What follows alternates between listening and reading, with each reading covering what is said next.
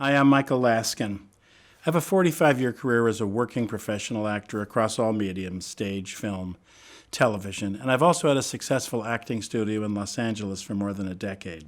Now, acting classes can be quite different from teacher to teacher or from studio to studio, with many differing schools of thought about the actor's process, but there are some common threads that we all share. Deep examination of the text from the theater, film, or television, helping to form and curate an actor's process and progress, and meeting in a room or theater space in person. Now remember that last one. We're going to get back to that in a moment.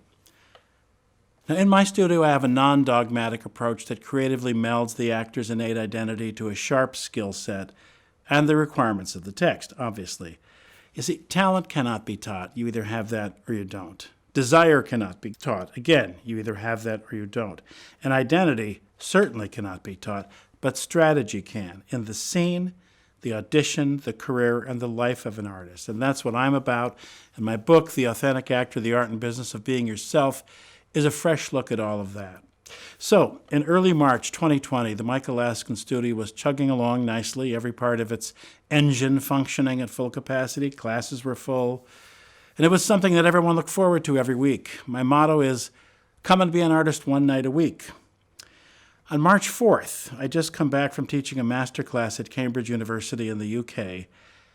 I soon realized something big was going on. It was obvious upon my return to the US, and that something big was, of course, the virus, COVID-19. Little did I know at that time how much it would change what we do, what I do. But there are signs. At first, we shut down classes for a month, thinking it would be safe to go back to our routine with a month off to recalibrate how we might do this safely. Very soon after that, it became obvious that it was going to be far longer than a month.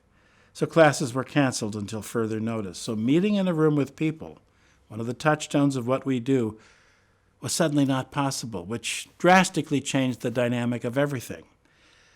Well, I started doing our classes on Zoom almost right away, but I soon realized that Zoom is a unique platform and that trying to shoehorn what we used to do into the Zoom format wasn't the best way forward.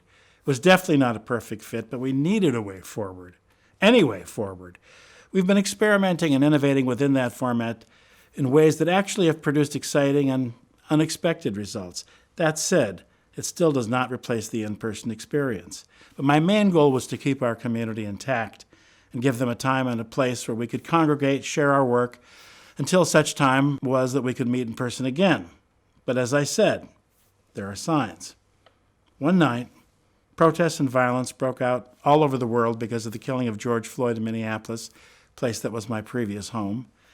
And as I was watching TV the night that it happened, the camera turned to one of the many places that were burning in Los Angeles at the height of the unrest. And I said to my wife, I said, wait a minute, that looks like our building that's burning. And it was.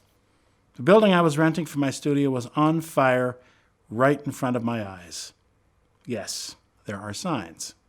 So any notion I had of going back to normal was obliterated that night. We had to change drastically, quickly, and in a way that enhances what we've already done so well. Shortly after that, I got an email from a student of mine who was just launching her career, a recent graduate of the School of Dramatic Art at USC. We hopped on a Zoom call and I listened, and she was wondering if there would be a place for her once we got to the other side of this crisis. Is the industry she was hoping to be a part of even going to exist again? And I listened and I finally said, no, it won't exist as it did previously. I don't know how it will reformulate, but it will, and you're going to be a part of that. So you have to remain hopeful, optimistic, and patient, as hard as that is right now. And you have to try to remain connected to your creative work so that you're ready when the world is ready for you. That's the bottom line for her and for so many others. Look, storytelling as a human desire is evergreen. Humans have been telling stories since men painted on cave walls in prehistoric France, chronicling their hunt and their adventures. The impulse for telling stories will never change. It's encoded into our DNA.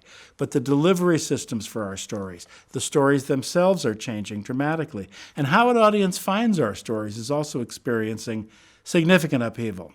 So how do we adapt our innate impulse to share stories with a drastically changing creative landscape? That is the million-dollar question, still to be answered. It's a work in progress. But in these times, you have to keep your ear to the ground and your eyes on the horizon. Someone wiser than me once said, change is inevitable, growth is optional. Creative artists always astound me with new solutions, new ways of doing things that were previously inconceivable. So I retain hope. You have to in order to move forward. So fold up your tent and go home, or stay and be a part of figuring it out. That's what we're doing. So please feel free to reach out to me if I can help you in your creative efforts. Now that we're all on Zoom, I can accommodate artists from all over the world, and that's something that's new and different. And I believe some aspect of that will become permanent as we navigate the future. I offer ongoing classes focusing on actor-generated content, auditioning, and of course, traditional scene work. I've always believed that your success is my success. See you on Zoom.